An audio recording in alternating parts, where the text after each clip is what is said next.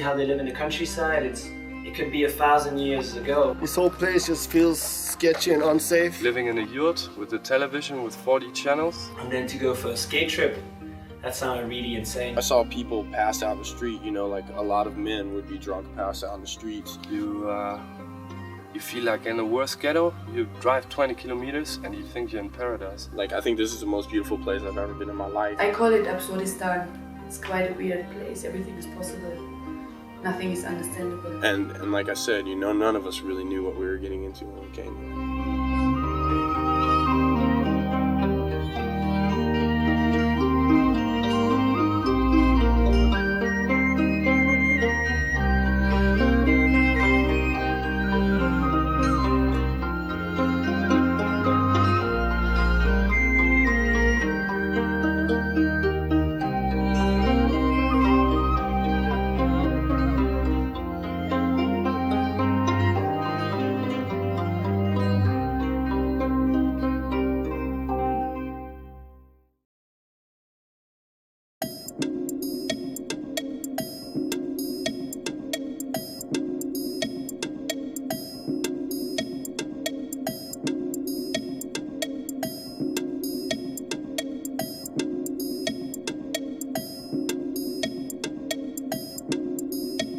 The ignition of the trip was when we saw the photos of Johannes Hempel, a German skateboarder who discovered a skate park in Ulaanbaatar.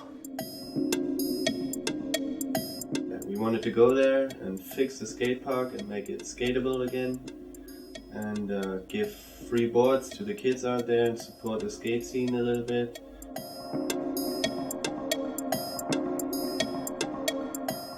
When we arrived there, we had to see that the skate park was torn down, apart from one quarter pipe that was left, and that was really fucked up and you couldn't really fix it anymore. And yeah, but we still skated it and it was fun.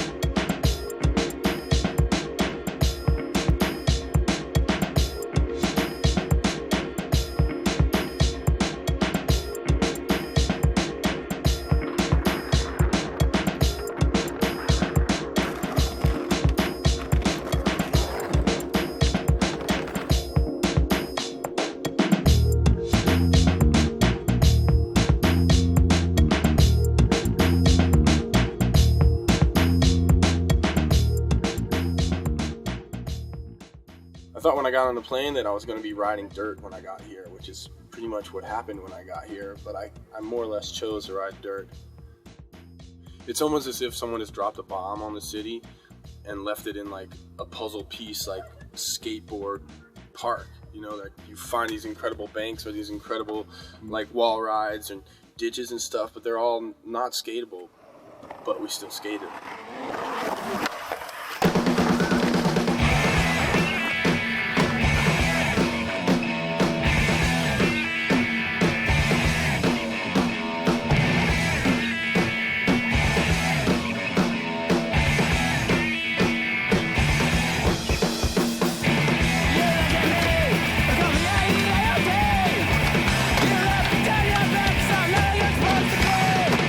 It's not a question of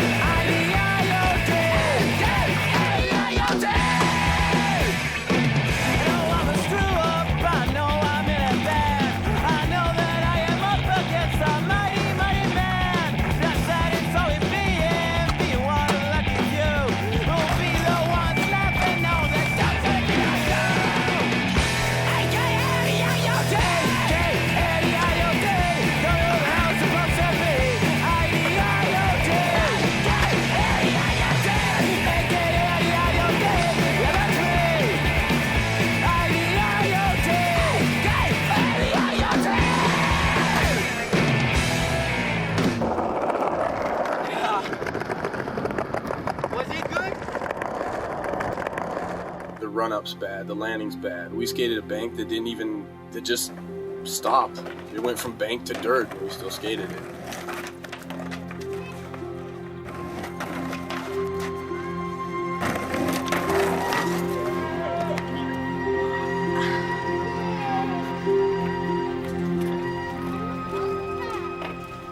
Every trick you do here is gold, I think, you know, because everything is just so sketchy, so ghetto.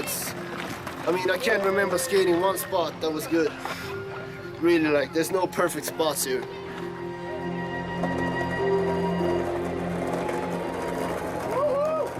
Here in Mongolia, the apartment we stayed at are actually like a nice neighborhood, and it's actually quite okay neighborhood for Mongolia, but we experience it as being like really like a hard ghetto or something, like a bad ghetto. I really appreciate staying in an apartment where you live with like neighbors with Mongolians, and you go out in the street, there's just kids everywhere playing, and it's just like you feel in the real Mongolian life when you live in an area like that. For sure the apartment isn't nice, everything just kind of falls apart and everything's kind of sketchy, and you know, neighbors are sketchy, and you hear like weird noises at night, and dogs are barking, and neighbors are screaming or whatever, you know, but that's the way people live here, and you know, I'm glad that I've been a part of that and I lived that, you know.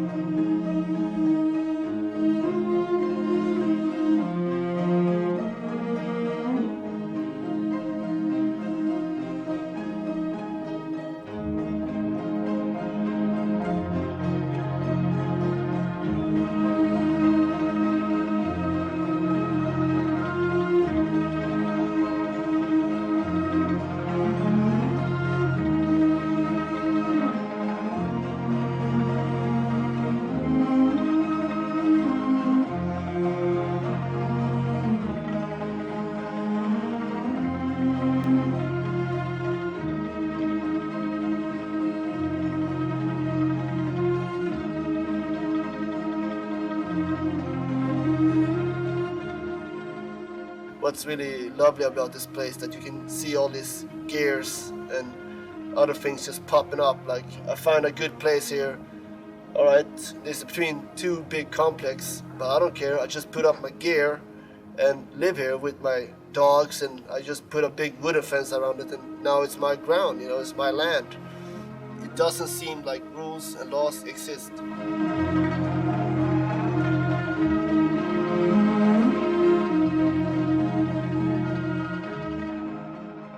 We also hooked up with this local. We used to skateboard a lot, and he told us that the scene was kind of very small, like not a lot of people were skating. But 2 or 3 years ago, when he was also still skateboarding a lot here, he told us it was bigger than now.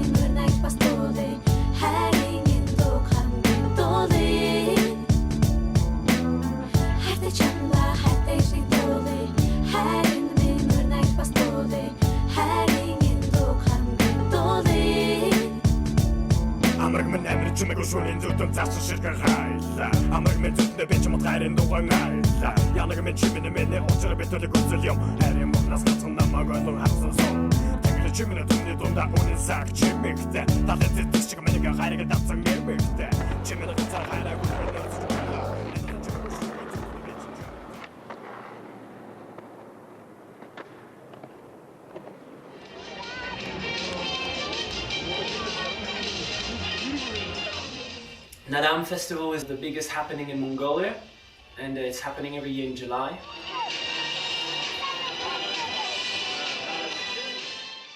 You have free discipline, which is the old traditional discipline from Mongolia. First one is wrestling, and we saw that in the stadium. It was quite interesting to see their eagle dance after they win and stuff.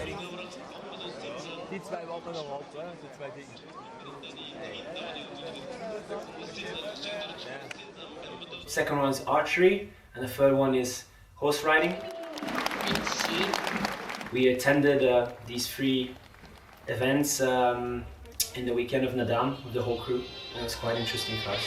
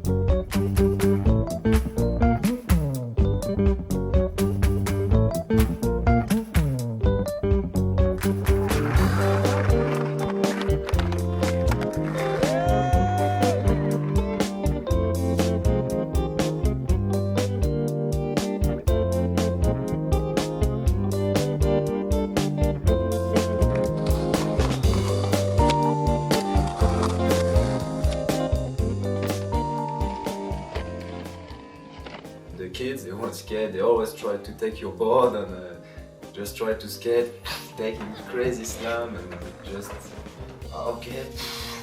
You know, if you do that in Europe, the kids just slam, hey, go back to his parents, hey.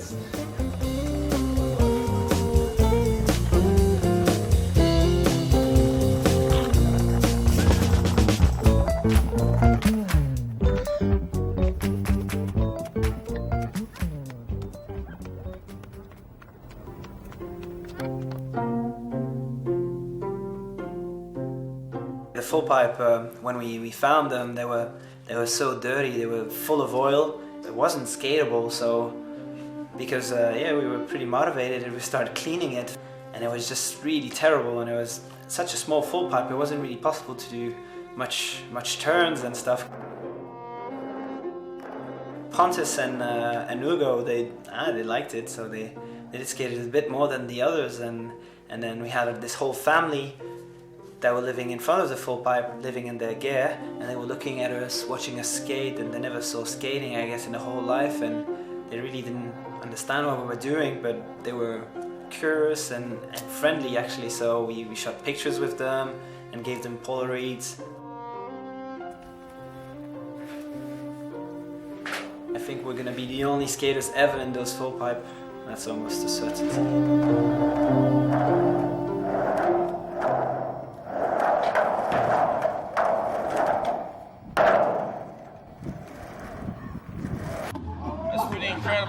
There's Barbie in Mongolia. A 6-foot blonde white chick with giant breasts and no vagina in Mongolia. I got her.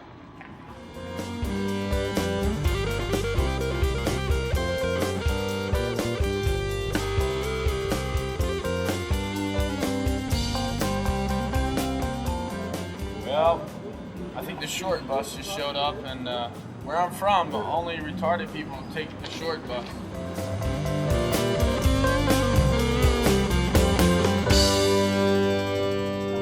Last weekend, we went to Karakorum, which is 300 kilometers west of Ulaanbaatar. It's the center of Mongolia, and it's the countryside.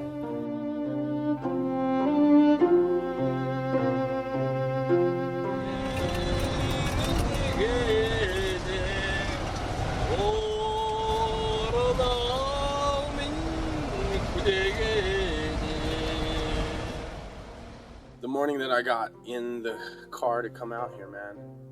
Like, the roads are insane. Like, they're so insane. I've been skating for like 3 weeks. My back is just destroyed. My knees are destroyed. I've been sick. We've all had like the worst diarrhea, like just insanity. Everybody's body has just been ruined.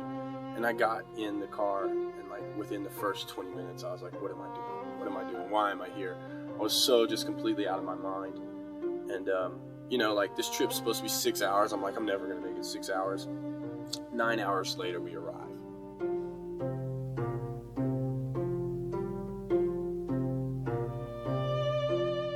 This yurt, or what they call here, ger, it's a traditional Mongolian house.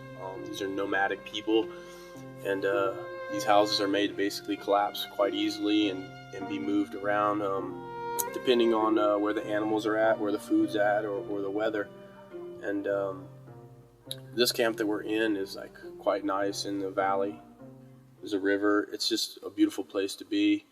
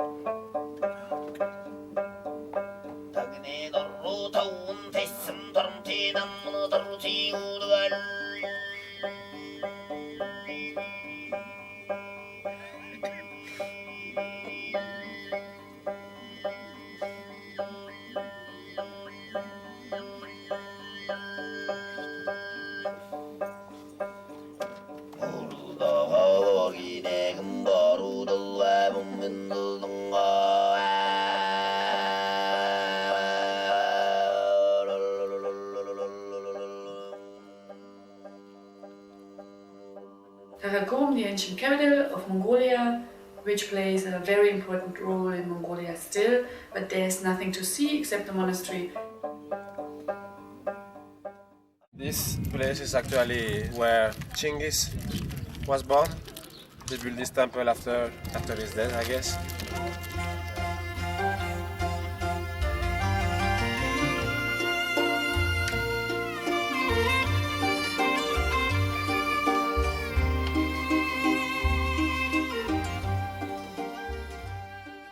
Monastery Erdenenzu means the monastery of the 100 treasures.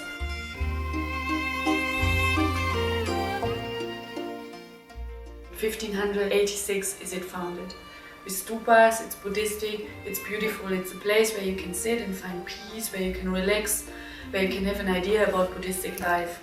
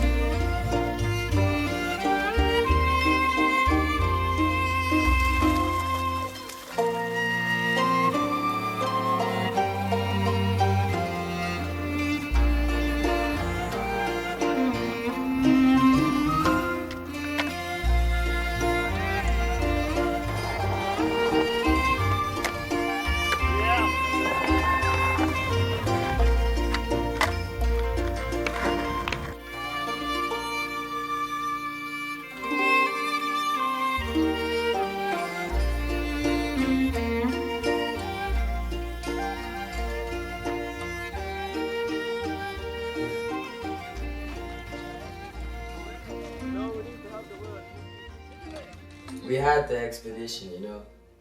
We called it the herb expedition, you know. It was me, Hugo, and Mookie. And suddenly we came across a plant, you know. Yeah, then we saw 2 plants and 3 plants, and yeah, there was a shitload of those plants out there, you know. Like a valley full of weed. You know what I'm saying?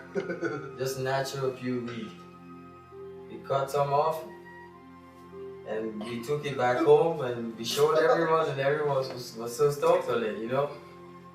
like started a big fire in our gear, you know, on the heater. We rolled that stuff, we dried it, and we smoked it for 2 days. And we left some and dried that naturally. And like the last joint we smoked on our way back to the city, back to UB, Ulaanbaatar. Yeah, that shit hit, man. It was good.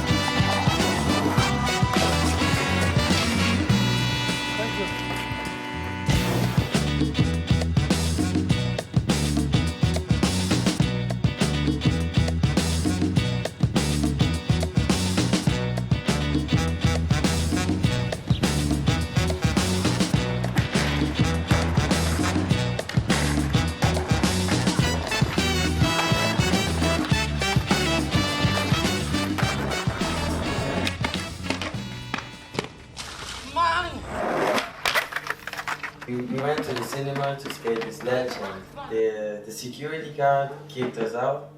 Like I had to go on my knees and beg him to get one more try. And somehow he found that funny, you know, and he didn't care about his sledge, that his sledge got fucked up. He just wanted to see me on my knees begging him, and then he would be like, okay, you have one more try. And I'll beg again, and he'd say, okay, good, but it's the last one. And anytime he saw me on my knees, he was like, yeah, he loved it, man.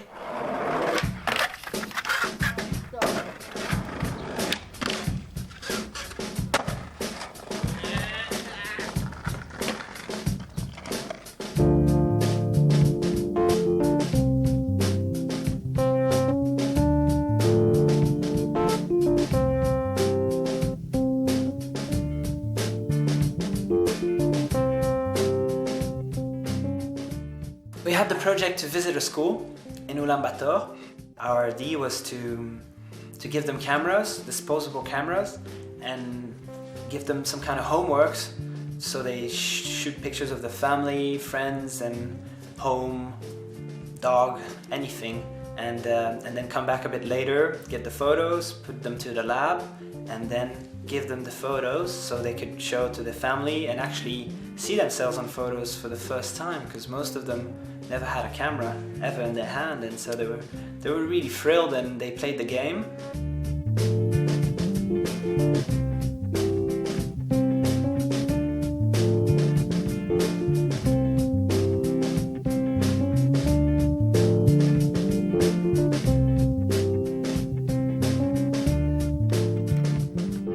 We had our skateboards with us, so the kids were interested in what it was and they wanted to try them out. So there was a little path in the school and we made them skate, and they were actually really good, just standing by themselves and doing the downhill, sitting on the boards, having fun. And that was a great time. It was a really good memory. The children here are just so amazing. The children here aren't aware of the poverty. They aren't aware of what they don't have. They're very much aware of what they do have. They're some of the most joyful, happy children I've met in my life. And they come up to you, they're kind, they want to ride your skateboard, they try to talk to you.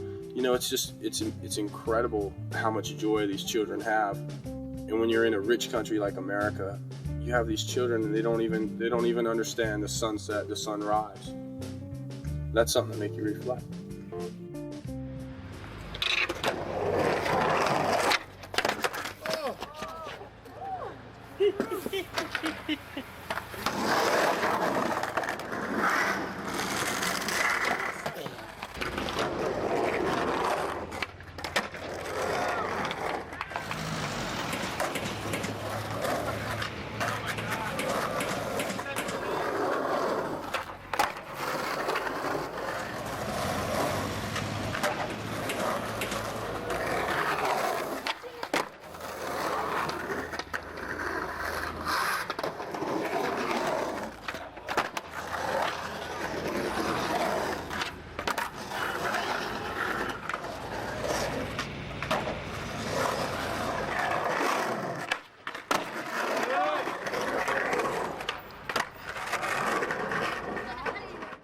Are we on the air?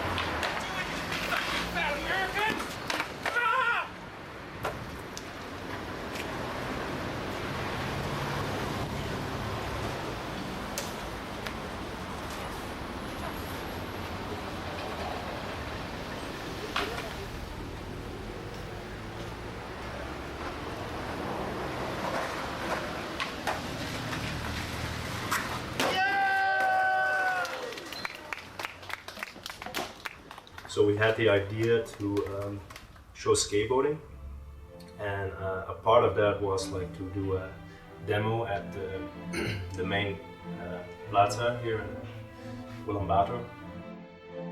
And the Surpata Square is the main square in Ulaanbaatar, located in front of the parliament. And normally you never can do anything on this square. To get a license to do a demonstration for skateboarding on this place is really a big success. That's for sure.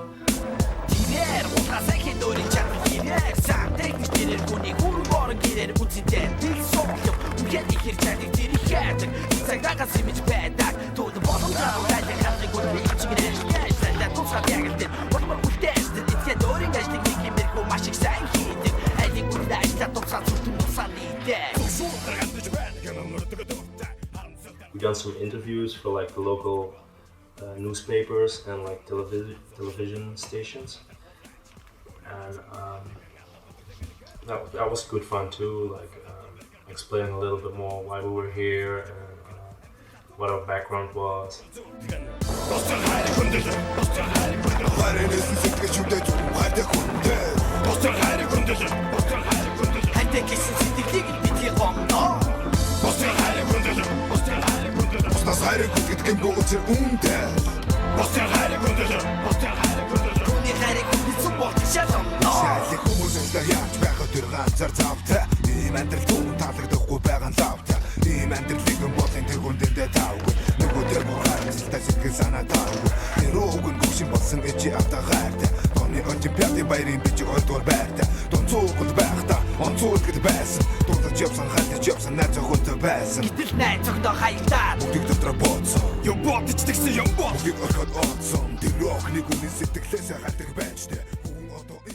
The obstacles we used they will go like to this youth park, and that was also our idea to show the skateboarding, but it should also be like possible in the future, maybe for kids, to try this out, this skateboarding.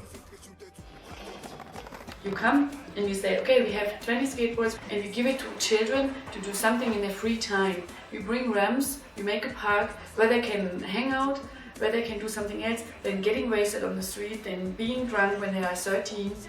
And for the children, I think it's a very good idea.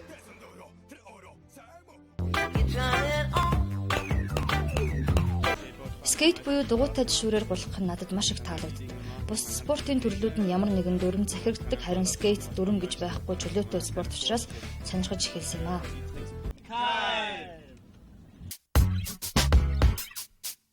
Би гулгаж байх үедээ их олон төрлийн үзүүлбэрүүдийг хийхийг оролддог. Хийж байгаа үзүүлбэр. Everybody watches TV, so everybody recognizes you after being on TV. One night we went out, like we went to a sketchy club there, and like Yo said we should go to another club. We started walking, and there was 10 Mongolians at one corner. We wanted to walk off. And then the guy like said, yeah, he said fuck you, and yeah, I said fuck you back, you know, because like in our place it's normal, you tell someone fuck you and you say fuck you back and it's all good, you know. And they somehow reacted shitty on that. Yeah, we got our ass kicked. Mookie lost his glasses. To be on TV and being involved in a fight the next night after leaving a nightclub, who knows what the reason was. But even this is part, like diarrhea is a part of what have to happen in Mongolia. Being involved in a fight, having diarrhea, being ripped off, meeting some nice old people giving you arak to drink. I call it Absurdistan. It's quite a weird place. Everything is possible. Nothing is understandable.